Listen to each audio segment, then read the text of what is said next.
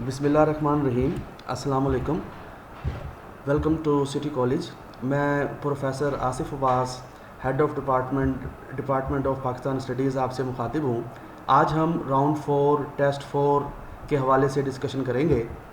तो पहला जो हमारी डिस्कशन का हिस्सा है वो हमारा MCQs है। तो इसमें हम पहला MCQs देखेंगे कि हड़प्पा के खंडरात किस ज़िला में वाक़या हैं। इसकी हमारे पास 4 ऑप्शंस मौजूद हैं, साहिवाल, उकाड़ा, लाड़काना और नवाबशाह। इसका जो दुरुस्त जवाब है वो है ऑप्शन ए अलिफ साहिवाल।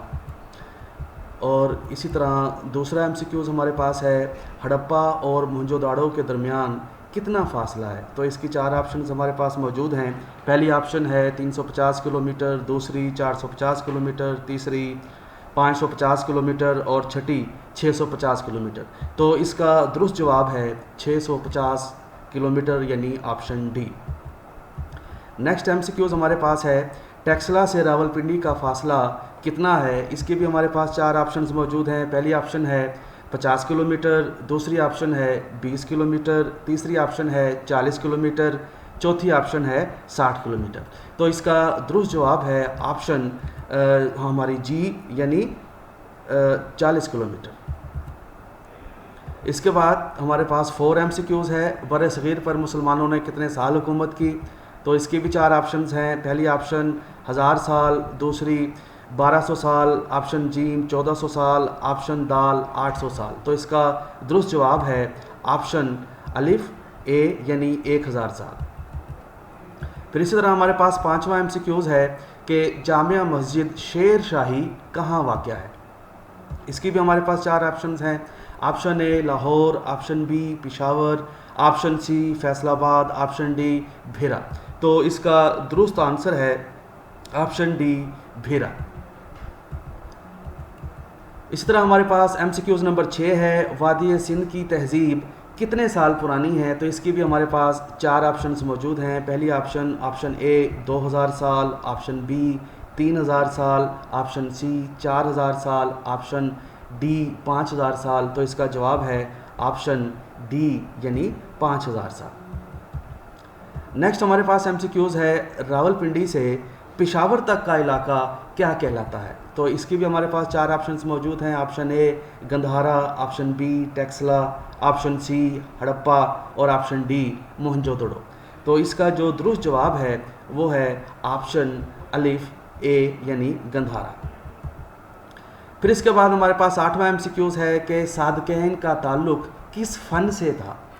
तो इसकी भी हमारे पास 4 ऑप्शन है। पहली है फ़न तामीर, बी है ख़ताती, सी है फ़न मुसव्वरी और डी है फ़न मौसीकी। तो इसका दुरुस्त जो जवाब है ऑप्शन जीन या सी यानी फ़न मुसव्वरी यानी पेंटिंग। 9 MCQs हमारे पास है कि पंजाबी ज़ुबान का सबसे म्यारी लहजा कौन सा है।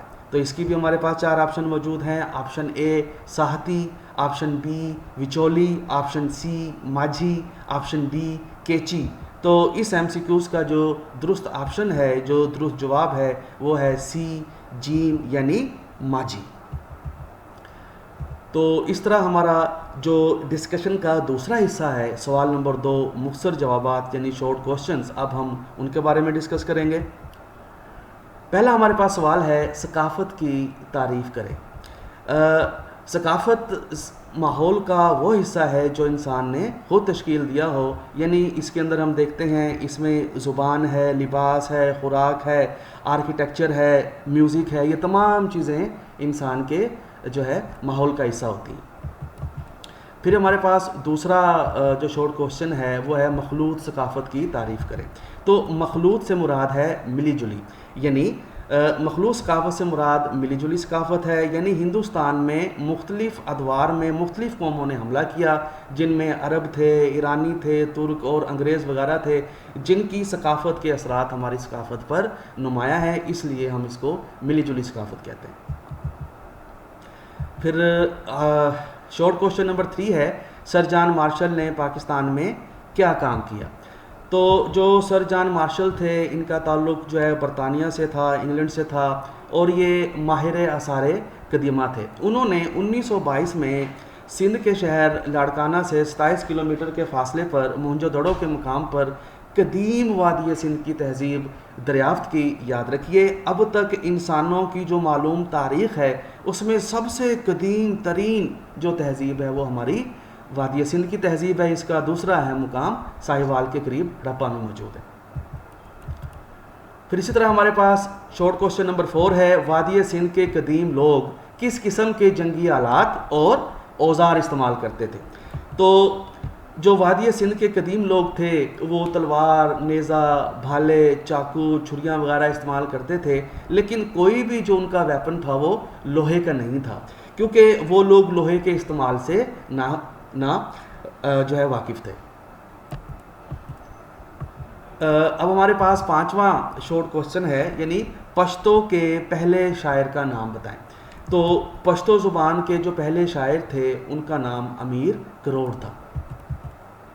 इसी तरह हमारे पास 6ठा शॉर्ट क्वेश्चन है, मिर्ज़ा कलीच बेग का तारुफ 2 जुमलों में बयान करें। तो मिर्ज़ा कलीच बेग सिंधी ज़ुबान के एक बड़े आलिम थे। उन्होंने डिफरेंट टॉपिक्स के ऊपर, मौज़ूआत के ऊपर बहुत सी किताबें लिखी, उनमें शायरी भी थी, तारीख़, जोग्राफ़िया, इस्लाम वगैरह वगैरह। इन्होंने बहुत सी किताबों के तराजुम भी किए। इन्होंने तकरीबन 400 के करीब जो है किताबें भी लिखी। इसी तरह हमारे पास 7वां शॉर्ट क्वेश्चन है, मखदूम मोहम्मद हाशिम का तारुफ 2 जुमलों में बयान करें। तो मखदूम मोहम्मद हाशिम भी सिंधी ज़ुबान के एक बहुत बड़े आलिम गुज़रे हैं और ये ज़ुबान के साथ साथ दीन के भी बहुत बड़े आलिम थे। दुनिया के बहुत सारे इलाकों में इनकी किताबों को जो है पढ़ा गया है और इसी तरह इन्होंने फ़ारसी और सिंधी में तकरीबन 150 किताबें लिखी, जिनका मौजू इस्लामी अकायद की तसीह और तशरीह है। फिर इसी तरह हमारे पास 8वां सवाल है कि यकसा हकूक़ की फरहमी से क्या मुराद है? देखें, जब तक एक रियासत में तमाम शहरियों को बराबर हकूक़ नहीं मिलेंगे वो रियासत कभी भी तरक्की नहीं करेगी। तो यकसा हकूक़ की फरहमी से मुराद रियासत के तमाम शहरियों को बराबर समझना और बराबर हकूक़ देना, यानी शहरियों में किसी किस्म की मजहबी, लसानी और सियासी तफरीक किए बगैर बराबर हकूक़ फराहम करना यकसा हकूक़ कहलाता है।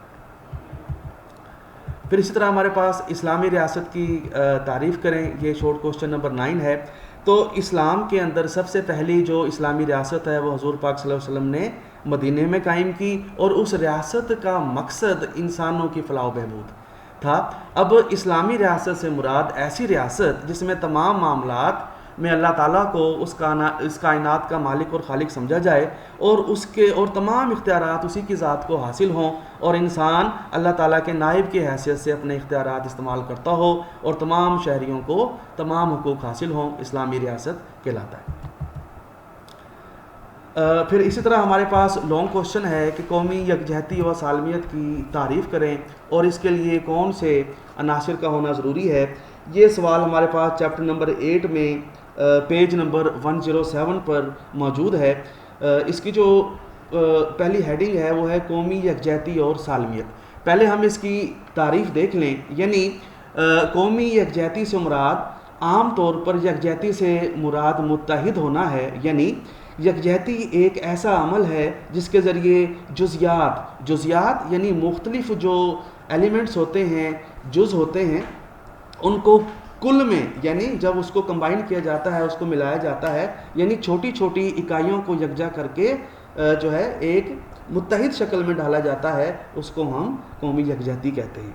फिर इसके अंदर जो इसका दूसरा हिस्सा है कि इसके लिए कौन से अनासिर का होना ज़रूरी है, तो इसके अंदर जो अनासिर हैं उसमें हम देखते हैं कि पहला जो एलिमेंट है वो मुश्तरका मज़हब है, यानी अगर किसी कौम के अंदर एक मज़हब के ताल्लुक़ रखने वाले लोग ज़्यादा होंगे तो उस कौम के अंदर इत्तेहाद और इत्तफ़ाक़ ज़्यादा होगा और इसी तरह वो उनकी तरक्की के अंदर एक अहम रोल प्ले करेगा। तो दूसरी जो चीज़ है इसके अंदर अहम वो है मुश्तरका जोग्राफियाई हदूद, यानी अगर एक रियासत के लोगों की जो रियासत है उनकी जोग्राफिया, उनकी सरहदें एक होंगी तो उससे भी उस कौम के अंदर जो है इत्तेहाद और इत्तफ़ाक़ जो है बढ़ता जाएगा। इसकी एक हम मिसाल देखते हैं कि जब पाकिस्तान आज़ाद हुआ तो पाकिस्तान जोग्राफियाई तौर के ऊपर 2 हिस्सों में तकसीम था, एक ईस्ट पाकिस्तान और दूसरा वेस्ट पाकिस्तान। फिर क्या हुआ कि 1971 में वो जो हमारा ईस्ट पाकिस्तान, जिसको आज हम बांग्लादेश कहते हैं, हमसे अलग हो गया। तो उसकी बुनियादी वजहों के अंदर जब हम एक अहम वजह देखते हैं तो ये जो मुश्तरका जोग्राफियाई हदूद का ना होना है। फिर इसके अंदर नेक्स्ट जो अहम तरीन एलिमेंट है वो मुश्तरका ज़ुबान है।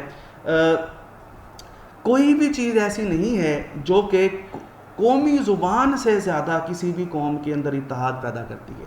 तो जब पाकिस्तान आज़ाद हुआ तो उस वक्त बहुत से लोगों ने बहुत सारी तजावीज़ दी, बाकायदा तौर के ऊपर ईस्ट पाकिस्तान के लोगों ने डिमांड की कि बंगाली को कौमी ज़ुबान का दर्जा दिया जाए।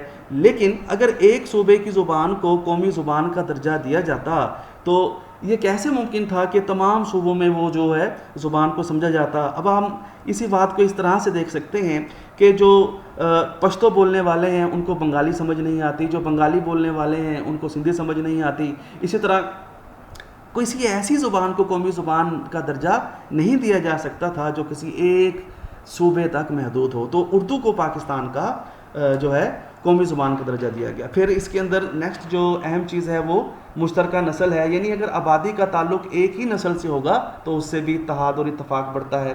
फिर इसी तरह से मुश्तरका रवायात हैं, जब एक कौम की मुश्तरका रवायात होंगी तो उससे भी इत्तेहाद और इत्तफाक बढ़ेगा। फिर इसमें जो अहम तरीन चीज़ है वो है जमहूरियत। जब जमहूरियत होगी तो उससे तमाम जो उस इलाके के जो लोग हैं, जो तबकात हैं, उनको राइट्स मिलेंगे, जिससे उनको तरक्की के लिए यकसा मौके मिलेंगे और इस तरह से उस कौम के अंदर इत्तेहाद और इत्तफाक बढ़ता जाएगा। तो ये इसके अहम तरीन अनासिर हैं। तो उम्मीद है कि आपने आज का लेक्चर अच्छे से नोट किया होगा। तो स्टे होम, स्टे सेफ, अल्लाह हाफ़िज़।